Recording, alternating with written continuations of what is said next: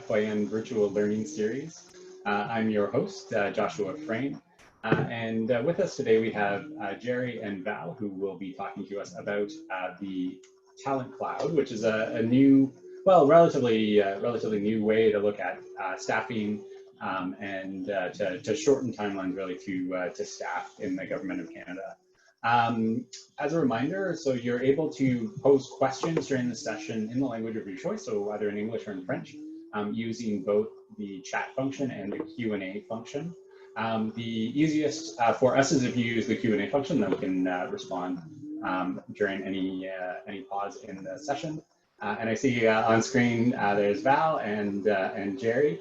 Well, a background for Jerry. And there is Jerry. Okay, awesome. So we're very happy to have you with us today. Alors, merci à tous nos participants pour nous joindre aujourd'hui. Et la plupart de cette session, ça va être en anglais, mais on va avoir l'opportunité d'avoir comme des sommaires de l'information en français. Et puis, vous pouvez poser les questions dans les langues de votre choix, alors soit en anglais ou soit en français.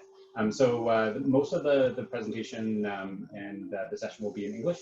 But I'll take some breaks to pause and kind of summarize the information in French. Alors, par rapport à le nuage de talent, or Talent Cloud in English. So I'll hand it over to you, Val, and to Jerry to introduce yourselves, and then we can get started. Excellent. Well, thank you so much, Joshua. I'm really excited to be here with all of you today and share a little bit about our project Talent Cloud. We were going to also have one of our other team members, Matt, join us today, but he had an unfortunate accident this morning. He said he's going to be okay, so we're sending him good wishes to heal quickly. But it's going to be just Jerry and I today. So we're very excited to tell you a little bit about what Talent Cloud is. Sort of how it came about, what makes Talent Cloud different, and really focusing on portable credentials. So thinking about how the whole skills ecosystem is changing and how we can empower individuals to have a stronger sense of autonomy over their records of what it is they're capable of. So very excited to be here today. Jerry is going to walk us through the, we call him Gerbil, by the way. He's going to walk us through an actual demo. So this is the exciting part of the presentation today. So not just kind of talking about things that we've done, but also showing you things that are being live and demonstrated, some of the real UX testing that's being done and all of that as well. So looking forward to it today. Would you like me to kick off? Like, keep kind of rolling the ball here? Or? Yeah, I think we can keep going. And definitely, just to mention, the last time we did a session with you guys was back in 2018. Yeah. And I remember that sort of pre-launch. So it's really exciting to see sort of where you're at today. Alors, c'est très intéressant de voir le progrès de ce programme depuis 2018. Cool, thank you so much. And it is an interesting project, I think, just by the very nature that we're very iterative. So I'm gonna kind of dive in right now. If you see me turning my head a lot, it's because I'm trying to set up here, having my computer screen and my notes over here. So if you see me turning my head, that's what I'm looking at. Cool, so I'm just going to share my screen. And make sure that you don't need to see all my tabs. And I'm just gonna close this.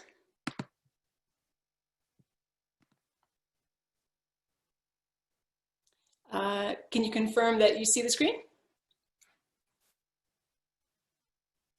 Yeah, I can see it. Yeah. Excellent, thank you so much. So as mentioned, very excited to be here today. So my name is Val Thomas, and I am the lead of the Talent Mobility Strategy for Talent Cloud, which is a very unique title in government. And part of the reason for that is I was able to pick it for myself, which is a whole other story, but it goes to show, I think, very specifically the need for people to be able to find roles that demonstrate and you're able to articulate, the best of what it is that you can bring. As I mentioned, Matt will not be joining us, but Gerbo is here in his place to show the demo. One of the things I wanted to start off with today is really focusing on the problems around hiring in government. Right now, the Government of Canada has a hiring model that does not meet the emerging needs of today's talent. I could probably have listed a lot more than just 3 points here. I focused on 3 for this particular conversation today, specifically because of what we wanted to address. But anyone that has tried to get into government for a permanent role or even on a term job, you know that the hiring process is very difficult. From the process management side, when we think about how many times credentials have to be reevaluated for every job. So for example, if you get through all the hoops and hurdles for a specific job and you have to show your degree, and you go to apply for another job, well then you got to show your paper degree yet again. And every single time you're going through these processes of revalidating, the time and effort that goes into that is not meeting today's kind of digital world. Not to mention the fact that how individuals are constantly learning new things, and there's opportunities for people to learn outside of their job description. There's no way to capture all of those ever-evolving skills. You know, whether you're taking something on Coursera, whether you're, you know, taking MicroMasters, whether you're just learning something like video, for example, none of these things are easy to get back into the organizational mapping structure for what it is that people are capable of. And on the hiring manager side, there's no real way for hiring managers to be able to tap into those skills that are constantly being developed by their employees. So those are the kind of 3 things that we're going to focus on today.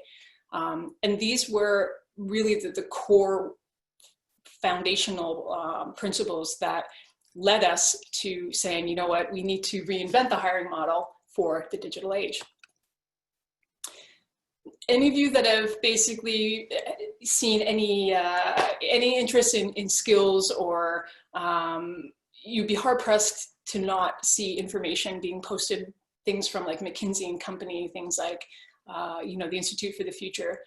We are just being bombarded by data about how the future is changing, the skills that are required are changing, and what is needed to do these new jobs. So the Institute of the Future posted this statistic saying that 85% of the jobs that will exist in 2030 haven't been invented yet.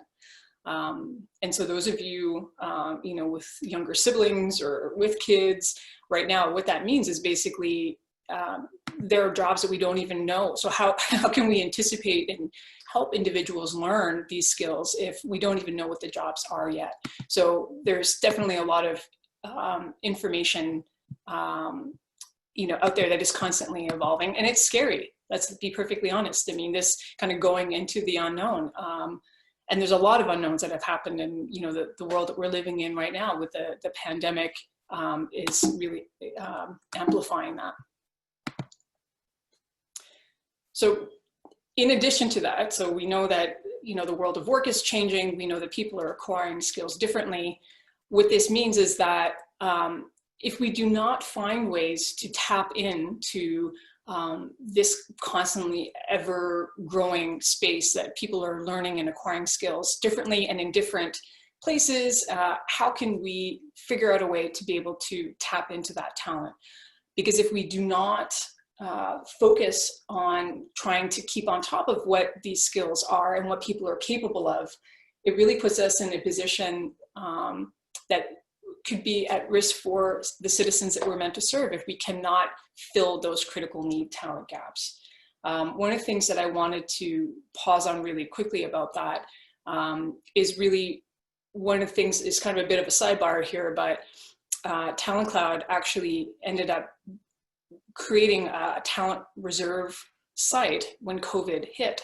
And the reason for that is that there was no organizational structure to determine what skills people had within the organization to fill critical needs for COVID. So I'm going to speak to that a little bit later on, but really what this shows that it really is a real problem. And it's not necessarily an easy one to fix, but we're playing our very small part. So at the end of the day, what we ask ourselves, and this is something that put us into the realm of creating Talent Cloud, really. One of our foundational questions that we wanted to help get answers to is how can the public service be an agile workforce if it can't see and trust what people are capable of? And this is something that our team broadly has been working on for several years. And, you know, we feel very passionate about this. This isn't something that we want to answer just for ourselves. This is something that has come up time and time again in the talent mobility work that we've done, you know, starting with, you know, Blueprint and with Canvas Free Agents. Time and time again, people are saying, I am more than my job description. How can I be better aligned to the work that I'm capable of? So this is something that we really focused on, and what the public service needs to do better. It's not just about seeing and trusting what it is that people are capable of. It's a two-way street. One is that applicants need to be able to articulate what those skills are in a way that marries up to what it is that hiring managers want. And sometimes those things are misaligned. And we see that a lot actually in post-secondary institutions coming out. So students are coming out of universities, they've got their degree, they're like, I'm ready to work. And the workforce says, you know, how do I know you can collaborate? How do I know that, you know, you have all these other soft skills that we're actually really needing? The piece of paper, you know, of this degree that you spent the past 4 years achieving, the workforce is sometimes saying, you know, that's not always enough. So the other element of this is that this whole world of credentialing is changing. So this 4-year degree, which has always been the kind of status quo for getting a good job, we're seeing now the unbundling of education to the point where there's smaller, more modular courses coming out. So I alluded to that earlier about micro-credentials, so things like MicroMasters. So IBM has a whole structure of learning through for their specific courses for technology and so forth. But this kind of learning is popping up. More and more people are getting involved in this kind of modular learning because it's bite-sized, they can control it. A lot of this is online, obviously. So this moving away from bums and seats, where individuals, you know, go to school. Obviously now in this current crisis of COVID, this also, you know, shines a light on the need for, you know, not only mobile learning, but also modular learning. Yeah, and I guess the final point here is just really that, you know, in order to keep up with this ever-evolving landscape of credentialing that is happening in the world, the public service has to take a step up to say, this is happening, how can we create a stronger pipeline to allow people to be recognized for this type of learning as well? So this is the sort of foundational piece of the puzzle that we're saying to keep pace. We're not even saying really to be at the forefront, we're just saying to keep pace in a digital age.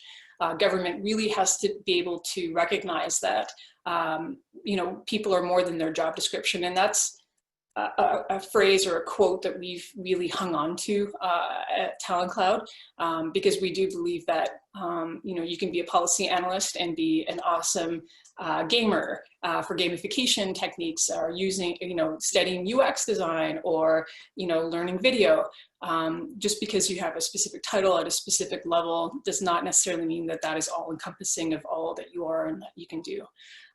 The key here that about the, you know, that being able to match and find and see talent differently, I kind of alluded to that, how important that is now. We realized when COVID hit, that, you know, it literally within days, the public service kind of closed its doors and we went into lockdown, and there were critical needs across government that started to pop up. A lot of this obviously was through things like Health Canada, you know, where they had critical needs for staff.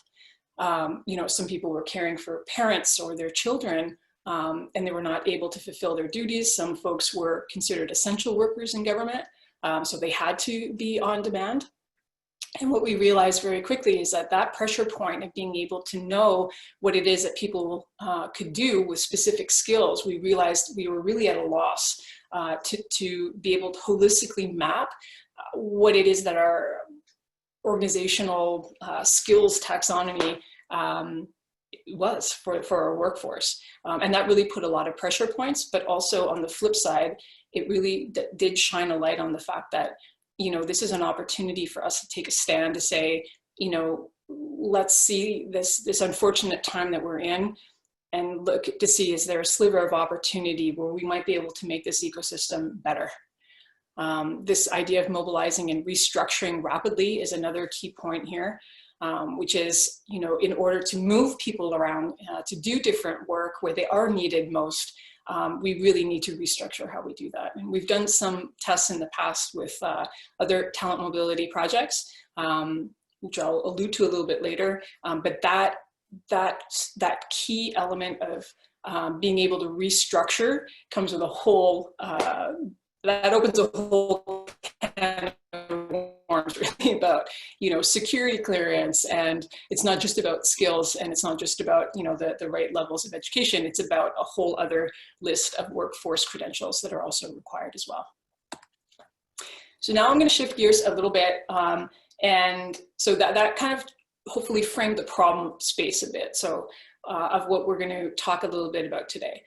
But all of that really sets us up to say that is why we created Talent Cloud. Our goal really was a bunch of small group of people to test the public sector's first gig marketplace. And when we say that, what we mean is that it's project-based work based on skills-based staffing model that is optimized for these projects in government.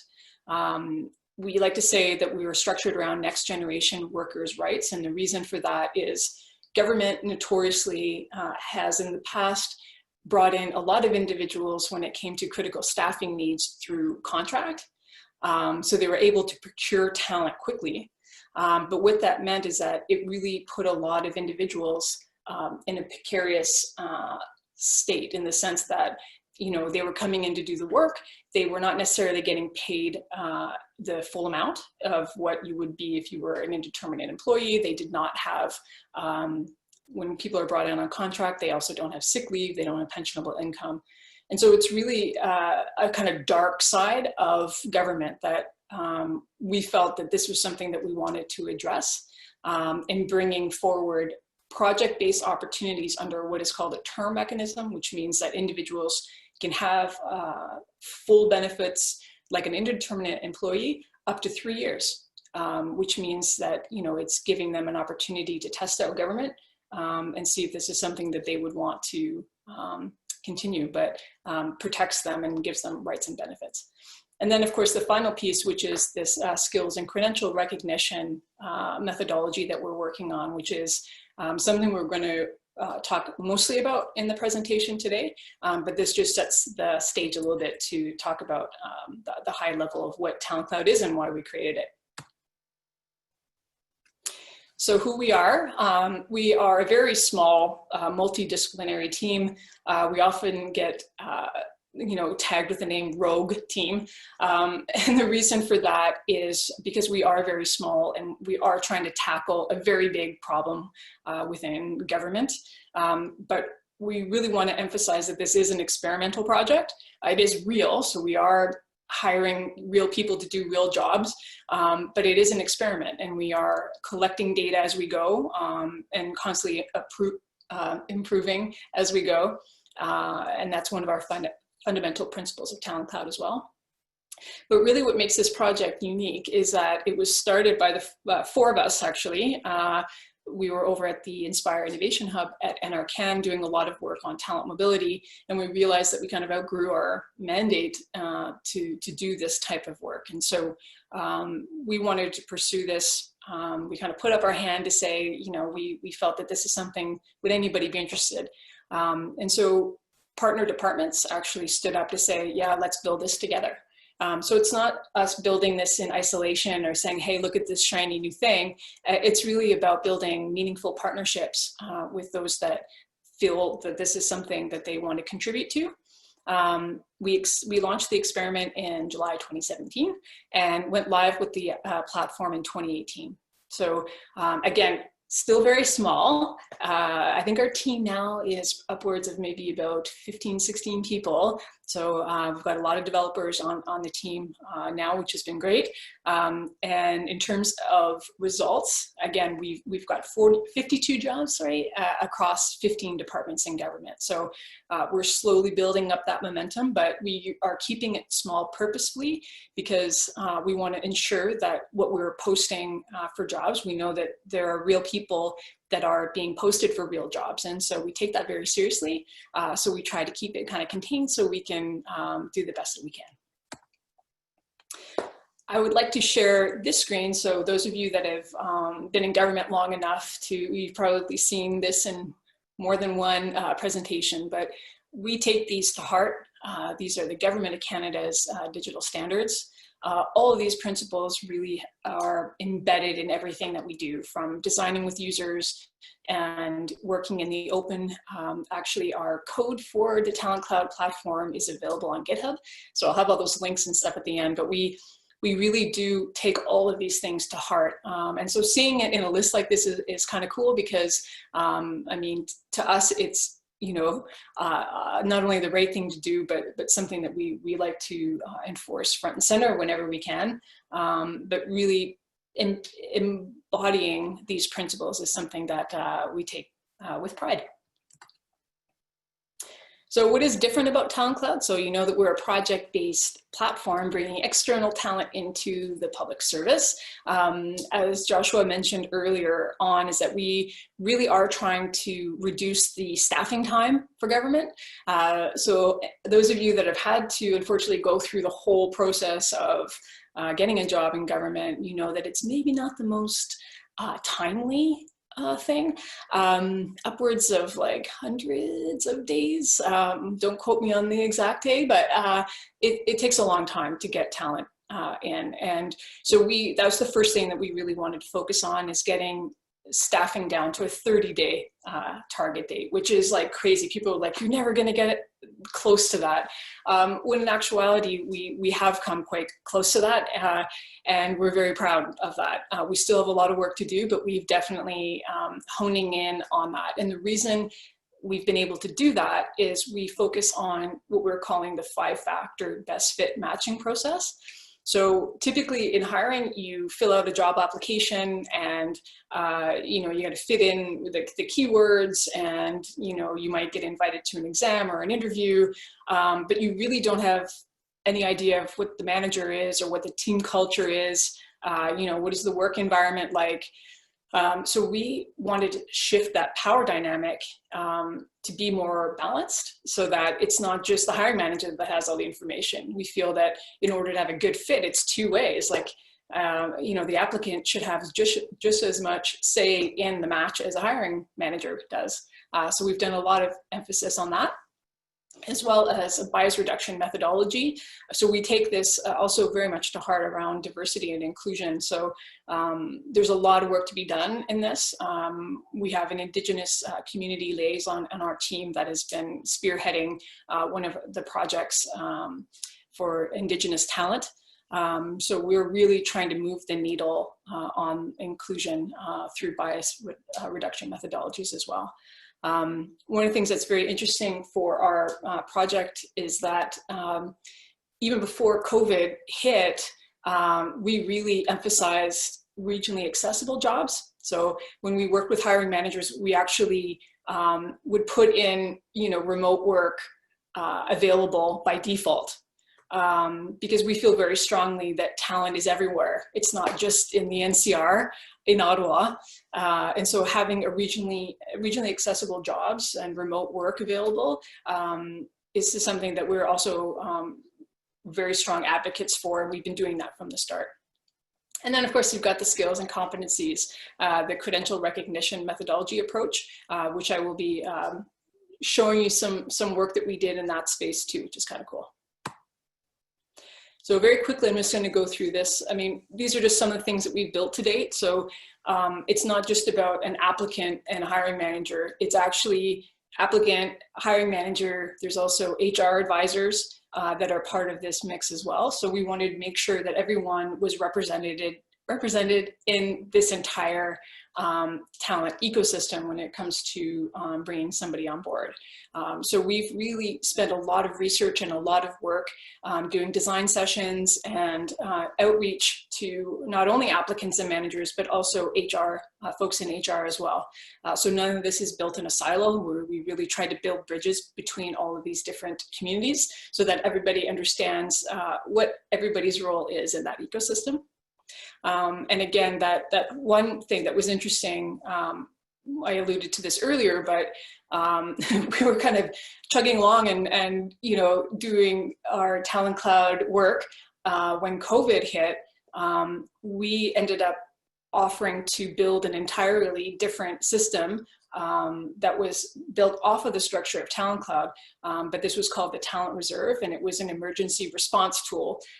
So within 3 weeks, the developers were able to create an entirely different system to allow individuals across public service to say, hey, look, I've got skills that I have available, I can help. And then, you know, people in critical, that had critical needs in government could say, okay, we have these kind of roles, does anybody fit? And we were doing those matches that way. But what was interesting about that exercise is that building this entire system in 3 weeks is kind of unheard of. So we probably wouldn't have designed it that way had we had like multiple months to work on it. But in 3 weeks, I think that was something that we were really happy to contribute to, trying to help out in a small way. And as I mentioned, the Indigenous Talent Portal is something that is being developed as well. We recognize that talent is in multiple different areas and pockets and ethnicities, and this specific need to bring in more Indigenous talent to the federal public service is something that we really want to try to get better at. So that is in development as well. Well, I'll just take a sec here because we have a question in the chat. Sure. And the question is, or in the Q&A, the question is, does GC Talent Cloud onboard FSWEP students, or is it just a pool for full-time employees? And I believe you've sort of answered that throughout the presentation, and Jerry provided a response in the chat, just that it is an externally facing portal, and generally the focus is that external hiring.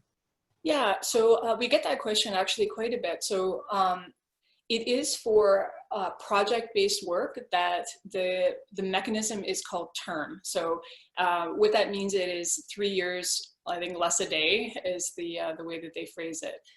So you're getting up to 3 years worth of work where you have benefits and sick leave and so forth. So technically anyone can apply. Because we're a skills-based hiring platform, it's up to the applicants, and Gerbo will walk you through what an application looks like and how you go about claiming your skills for an application on Talent Cloud, but really it is project-based work for government. Awesome. Yeah, that helps. We have a lot of students who have been joining our July and August webcasts, so they're very curious about how to get in and how to accelerate in terms of their careers. Yeah, I think you guys will like the process once we get. I'm able to kind of shift gears to show you what we're doing with the application process, and that might make things a little more clear too. Cool. Keep going. Yeah, good to go. Cool, thanks. So all of this to say that we're back to this question of what if you could record, validate, showcase the vastness of what you're capable of and be recognized for it. So this is something that I feel very passionate about. You know, I've done a lot of sort of talent signaling projects in the past. Those of you that have done some kind of external learning might have come across things like open badges. So these are small micro credentials that are portable. You might have heard of blockchain credentials. All these types of things are sort of permeating from a technical standpoint that we really wanted to say, you know, at the end of the day, how can we empower individuals to not only claim the skills that they have and be recognized for it, but also have greater ownership over that data. A lot of times what ends up happening is that you might complete an exam or do some kind of project, then all of a sudden it gets thrown in some HR silo that you never see of it again. So I feel very strongly about this idea of like self-sovereign principles where individuals can have more control over their records. So that led us to GC Talent Cloud block certs pilot with Canada's free agents. Those of you that are new to the public service, I would highly recommend you taking a peek at Canada's free agents. This is something that was modeled off of Deloitte's GovCloud paper, which was a theory paper about how you could basically create talent teams and be able to like restructure them as the need arose. And so we were one of the first people to get this launched and off the ground. It's been doing amazing. And so those of you that have, this is just my little rant on Canada's free agents. I think it's an amazing initiative, but it also helps individuals that have key problem solving skills and other very unique skills move across the public service as one of the Government of Canada's only real mobile talent projects. So please check that out if you're interested. So you might say, why did we choose Canada's free agents to do this blockchain pilot? So one of the reasons is that we've been watching with great interest the way that technology was evolving. And actually MIT was one of the founding members of creating this technology called block certs, which is a blockchain record. And so as we were watching this happen, we were seeing how things were evolving.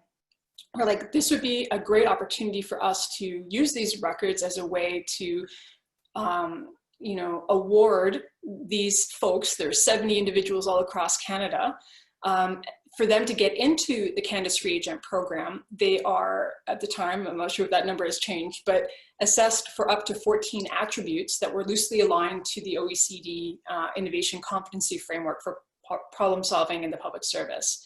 So to me, there were two opportunities here. One is like you could get a record saying that, yes, you know, I am one of Canada's free agents. So this is like a certified record to say that I'm part of this cohort. And then the other thing is like, it could also demonstrate the skills that were demonstrated to get into the program. So there were kind of two things that were of great interest to me. So in this one-year pilot with MIT and the Canada's free agents, we essentially did exactly what I just mentioned earlier, which is creating these records that individuals, that Canada's free agents could then download on their phone in a mobile wallet. It certifies that this individual is part of this program. It is signed by the talent managers. It can be, you know, scanned on a QR code. It has all the metadata associated to how the individual came about earning this record. And then there was a verification tab up at the top. And what that verification tab does is it basically goes through to say, yes, it's valid. It does all the comparison to ensure that nothing has been tampered with. And at the very end, it says, oh, yep, this is a verified record. What is powerful behind this is now we have just demonstrated that all this idea of like workforce credentials, or it opens the door to say, you know, rather than me putting on a resume saying, hey, I'm one of Canada's free agents, it's like, here's a record that proves it. And nobody can ever take that away from you once you have it. So we were very interested in following this as a demonstration of proof of concept. And so we were really happy to have worked with Canada's free agents on that pilot. But then something interesting happened. So we knew that there was a lot of these blockchain records being shared and developed in post-secondary institutions, but most of them were happening in the States. Then all of a sudden on Twitter, there was a tweet that came out saying that Big Masters started to provide their degrees using the same technology that we were using for Canada's free agents. And I was like, well, that's a really interesting opportunity. So we align that to one of the fields on Talent Cloud. So now when individuals are you know, earning their block certs from McMaster, they can now on the educational field for when applying for a job on Talent Cloud, they can click on that and say, hey, yeah, I've got a block cert here. And what this is doing is really confirming the entire ecosystem, that things aren't being built in silos. What we're trying to do is build bridges to say, you know, this community is starting to use this technology. They're issuing it, and we're saying, hey, we can consume it. those of you that, and I'm going to go through these pretty quickly because I want to make sure we have lots of time for Gerbo's presentation and demonstration. But this I wanted to share because those of you that have gone through any kind of assessment in the public service, you know that trying to get through that climb to pass assessments, the whole process is arduous. So you've got a bunch of people that come in. Only so many of those people are going to get screened in from the application. Only so many of those are going to pass the exam. Then only a few of those are going to pass the interview, and then the reference checks, and only one person gets the job. So one of the things that we wanted to hone in on is like all those people in the middle are already demonstrating that they have skills if they've passed the assessment. But the thing is that they end up with nothing. It's like a zero-sum game. Only one person gets the job. Everybody else that is demonstrating the skills, they end up with nothing. So what we want to test is verifiable assessment records.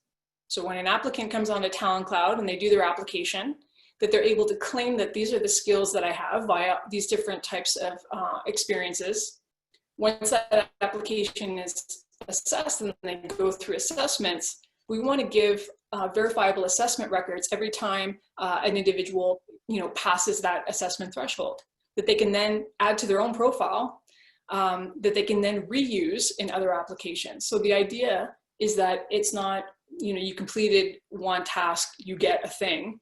What we're trying to say is like, you've completed a task, you've demonstrated the skill, you're going to get a thing, and you're going to be able to reuse it to show to someone else, a new hiring manager that can then look at that and say, hey, this person just passed, a Java coding exam 3 months ago.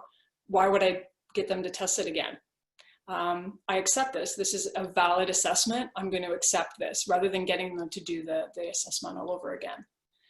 So I think what we're trying to get at really is this idea of verification and trust into this ecosystem. But it all boils down to being able to create these records, ensure that they're interoperable by design. Because at the end of the day, it's not just about creating records for government. We're thinking much bigger and broader than that. That's why a lot of the work that we do is anchored in open standards. What we're really about is, creating the job marketplace and the validation of these records. So far beyond just government, we're looking at public sector, nonprofit, private sector as well, creating this interoperable ecosystem of verifiable credentials. And here we go, demo time. So this is the fun, exciting part where Gerbo, I'm just going to give you a couple of seconds to get ready to go. But this is where I'm going to pass it over to Gerbo to show you the process that we're working on right now.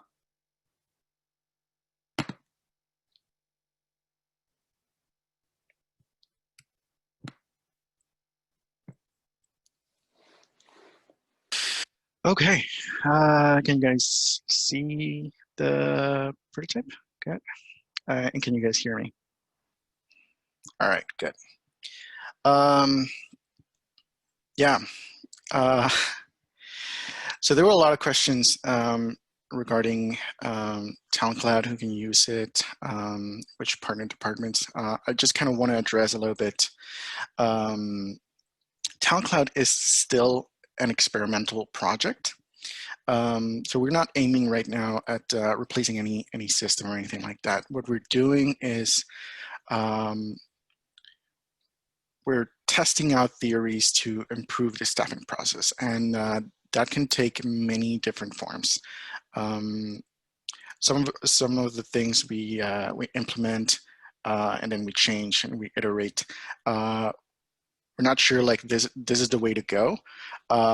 So we wouldn't be aiming at releasing this for everyone just now, because part of the project is what works best, and it's kind of like this responsible, cautionary experiment in which you want to improve, you want to test, but you want to do it in a controlled space, so that we're making sure we're not making more damage than what's currently out there.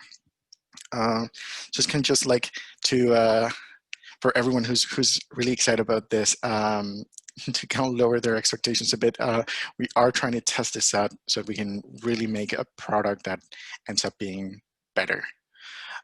So For this specific prototype that we're going to show, it's kind of like dual. It's got two parts of it. The first part is something that we're actually building at the moment. We have tested this flow with applicants, and I'll talk a little bit about the challenges as we go through it. But the first part is how does someone apply to a job through Talent Cloud? And I'll talk about why we've done it this way and as we go through it. So right now we're on this page in which we're assuming someone has looked at a job poster. We actually did a lot of experimenting on what we show on job posters. We talked to a lot of people regarding what they wanted to see, and it's getting good results. So for this, our starting point is someone who has already looked at the job poster and they decided it's a job they want to apply to. So they click that apply button. And first there's a little bit of general information. And then we start going into the real nitty gritty here. So our first step here is crafting what we're calling a timeline. And it functions very similar to creating a resume. What we really want to do here is give applicants an opportunity to talk about the type of experiences that they have, but not reducing it only to education and work experience. Really, what, as Val said, some of the core principles of Talent Cloud is people have the skills to do all sorts of jobs, and they don't necessarily have a traditional path to acquire those skills. So what we want to do here is give up a space for people to really think about how they got their skills. So we kind of like first tell them, just as a reminder, these are the skills that you're going to be assessed for in this particular job posting. And what can you tell us about your experience that kind of like alludes to those skills? So for example, anyone could fill out an education form, or they could fill out a work experience form, but they can also fill out stuff that it falls outside the traditional means. So for example, we put here a personal experience form. And it could really be anything. We usually use the example of parenting. Sometimes a job will require some sort of soft skills that are so necessary for the job that you might have acquired those skills in a non-traditional way. And this could take a lot of different forms. So we really want to make a space available for you to say, I know it's weird, but I actually learned how to do that when I was doing this. So we want people to be able to say that and to be able to express that to the manager about how they got those skills. After that, we ask people, okay, for this particular piece of experience that you're talking about, how does it relate to this job that you're applying to? Like we're asking for user experience, user interface design. So you kind of click through, oh, it applies to this and this and this, because that's what I used while I was performing this type of job. And then there's something about educational requirement that is very government that I'm not going to get into. So when you're done, you hopefully will have something that looks a little bit like a resume or a timeline that contains hard data, dates, titles, organization, and it's also tied to specific skills. So you have something similar to this, and you can put whatever hackathon or game jam, or you can put like civic tech workshop, whatever. After this, we really want to dig into the skills. Now, this section was a little bit of a challenge. We have two opposing needs here. We kind of have two different user groups. We have applicants, so people are public that are coming into government, and what they wanted is a one-button apply system. I just want to click apply to this job and I want to be in. And then we have our managers as well, who really want to know, exactly how does an applicant have a certain type of experience. So we kind of have a little bit of a hard time marrying those two needs. We know crafting a resume it's hard work. It's not, you don't sit around half an hour and it's done. It takes a couple of hours to go through your history, to go through your projects and talk about it. So we really made sure that anything that you do within Talent Cloud gets saved to your profile and gets reused whenever you apply again. So nothing that you write on Talent Cloud will ever get lost. And we're really making sure of that because we know it's hard work.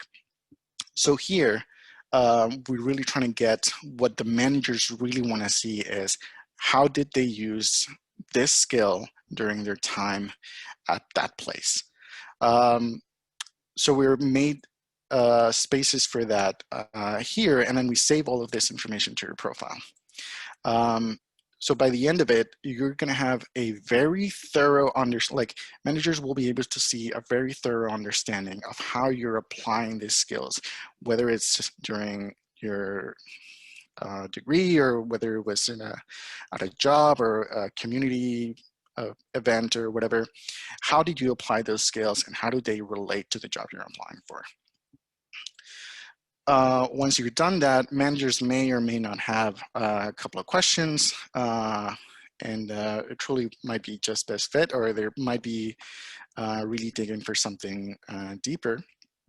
So we leave that space for managers to really ask about what they really want to know. And finally, you get to review your application. So this should have everything that you've worked for organized in the way that you submitted this information. You can look at your information, your experience, either by experience. You can see how each skill was used in this particular piece of experience, or you can see by each skill, and you can see where it was applied. And after that, you submit your application.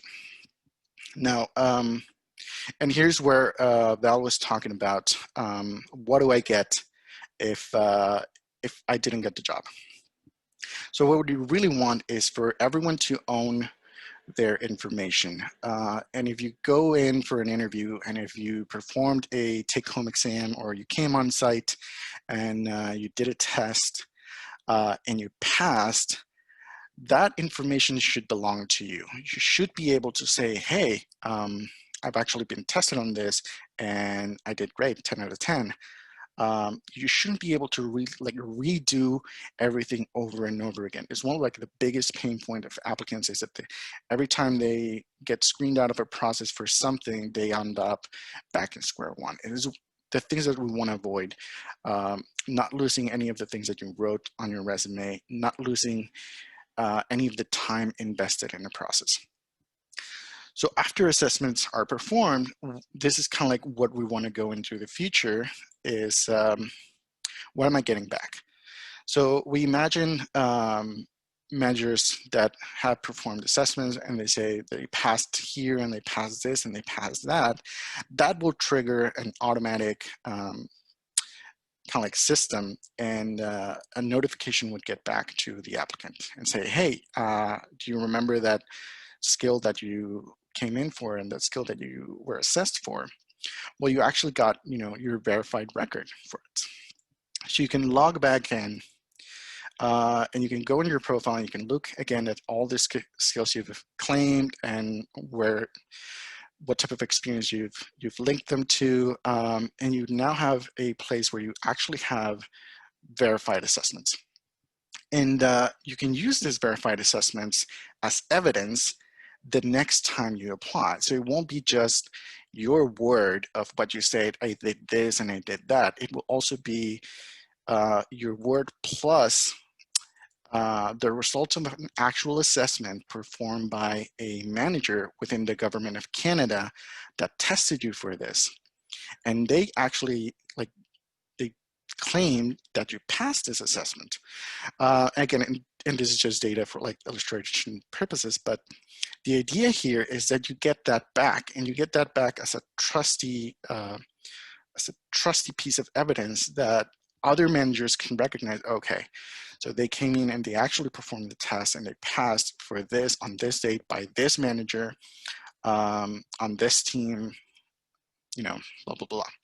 So you now own not only your resume and the things that you said you had, but also everything that you've invested time doing as part of a job process. So you can now reuse these verified assessments next time you apply. And that's kind of like a little bit of how we envision this process going, and then you could apply again. And hopefully the cycle doesn't continue very much and you do get a job in the government. But that's how it goes. I'm gonna pass it back to Val. Cool. That was great, Durgal. Thank you so much. And this is the part where we get really excited, because this is a passion project for a lot of us. And I just posted actually in the chat channel. If anybody is interested, we are always looking for individuals to come out and do some user testing with us. And so what Durgal just shared is you know, what we're looking to get some feedback on. So we really do emphasize the importance of getting feedback from actual users.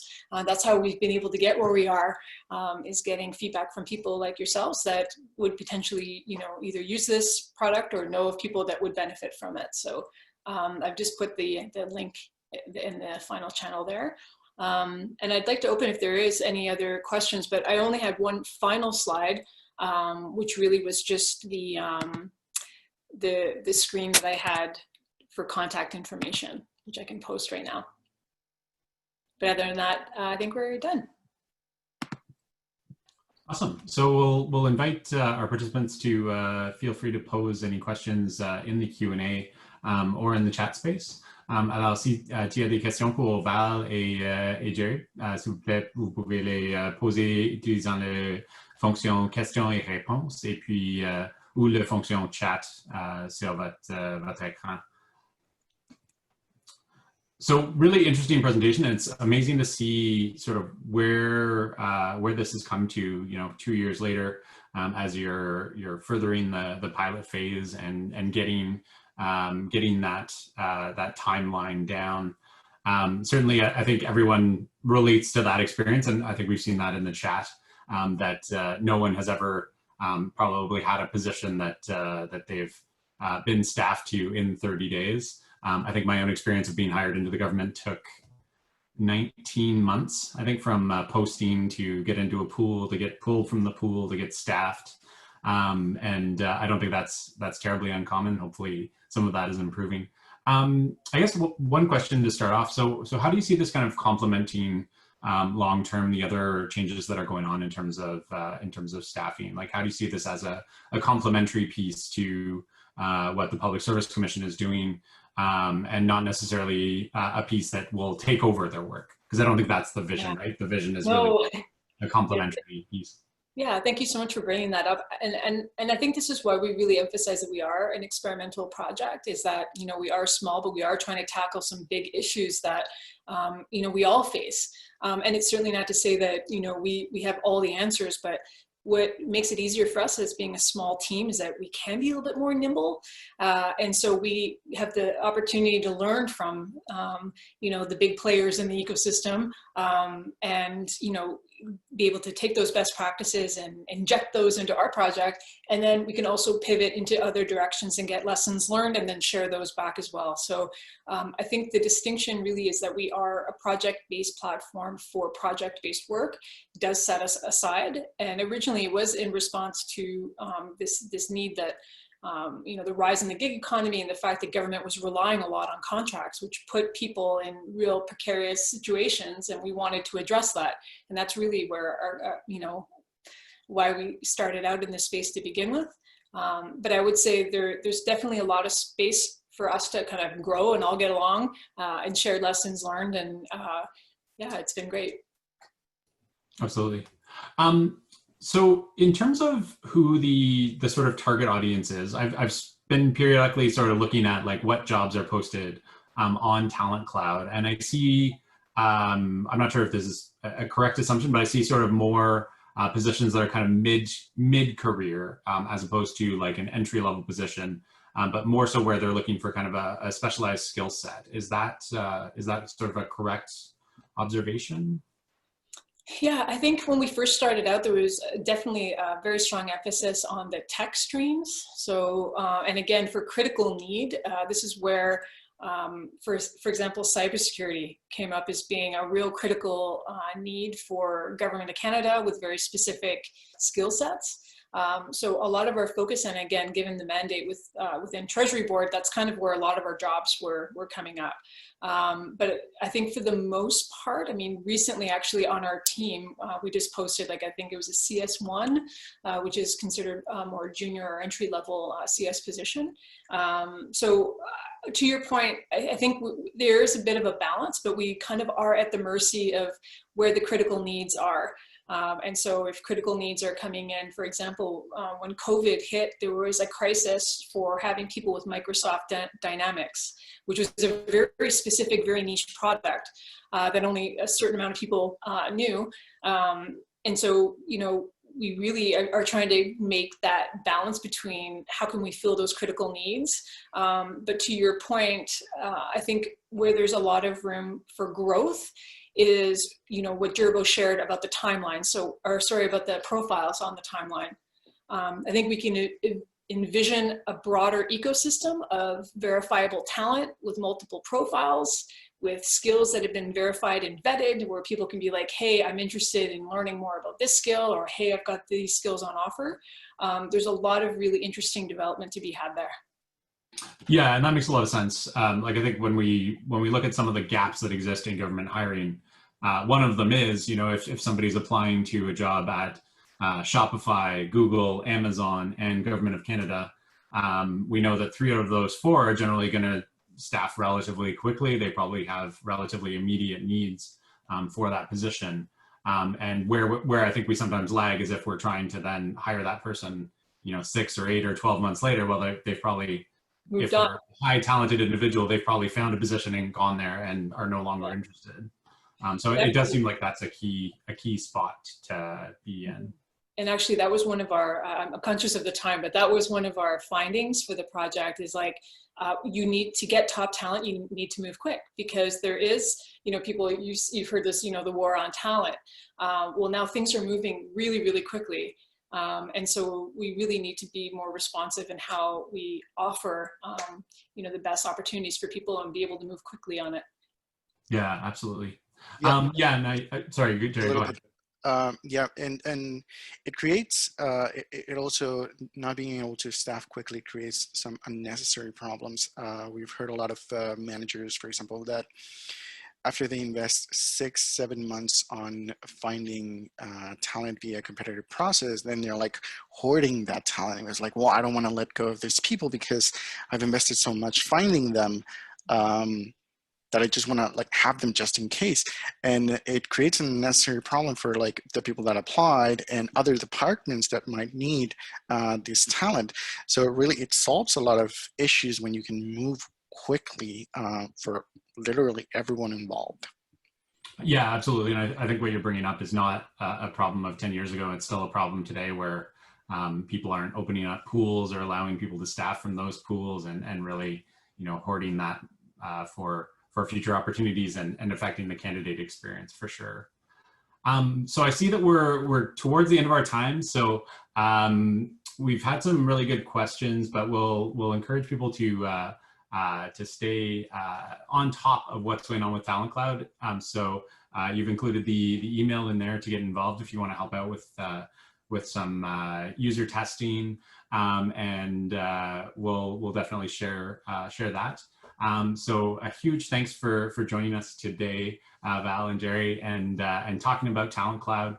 I think you know, we've been talking about this for a couple of years since our last webcast, and really it's great to see, you know, how many positions have come out of this and where it's going moving forward. So and Val's LinkedIn is in the chat as well, so definitely feel free to connect. So thanks very much for joining us today. Merci à tous nos participants de partout au Canada pour nous joindre aujourd'hui pour cette discussion sur la nuage des talents. Et puis, je pense que c'est seulement la première étape dans le processus. Et il y a une longue trajectoire pour compléter cette pilote et pour avoir des implémentations de cet programme. So certainly, I think it's great to see the progress that's been made in the pilot, and we're all very excited to see the long-term impact that this can have on government staffing and how it will integrate with other programs as well. So thanks very much, everyone, for joining us today. We will wrap there and stay in touch with Talent Cloud on the various social media platforms. And definitely, if you're interested, reach out in terms of being a user tester for the platform going forward. So thanks very much, everyone, and have a great day. Merci à tous. Thank you so much, everyone. Have a great day.